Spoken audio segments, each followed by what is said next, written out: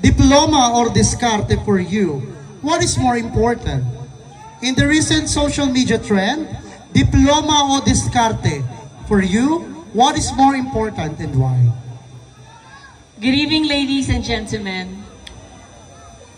Every queen that you have seen on this very stage came here to offer their unique individual traits and undergo different types of hurdles to bring nothing but the best version of themselves for this show tonight. Even if lima lang po kami ngayong gabi, we are giving our all in order to entertain you and in order to portray our advocacies, especially ourselves.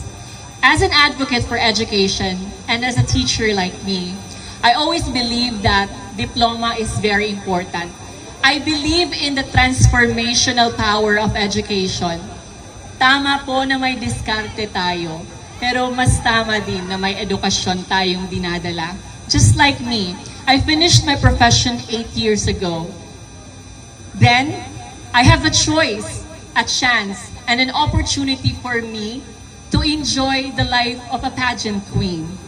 I went to BPO industries, worked as a government employee, and now here I am in Luzon, enjoying again the local beauty pageants.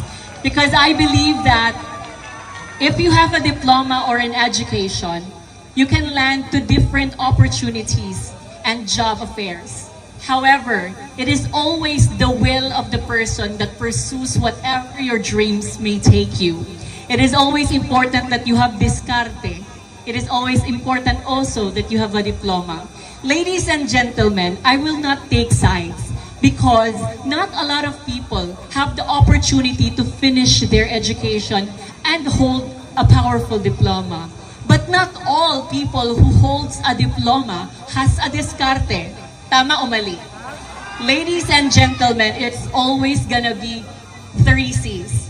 You have to seek the chance to make a choice or your life will not change. Thank you and good evening. Thank you so much.